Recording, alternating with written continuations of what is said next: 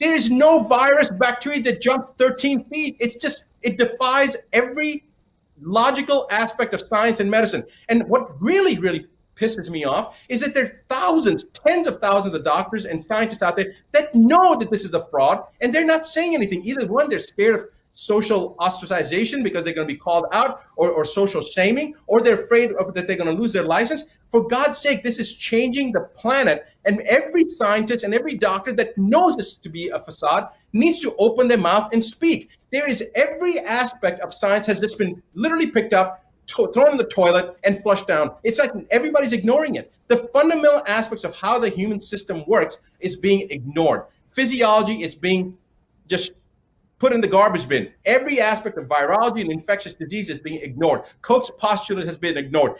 Every aspect. Then we've got false positives coming from testing that we know is not adequate, and then the testing that they are doing, like the RT-PCR, the real-time polymerase chain reaction testing, that's already been shown. It was actually the guy who developed it in the 1980s, Mullis, said that you cannot use this testing for diagnostic purposes. You have to use it only for the where something has a genomic sequence that's already been identified. You can't use it for diagnosis.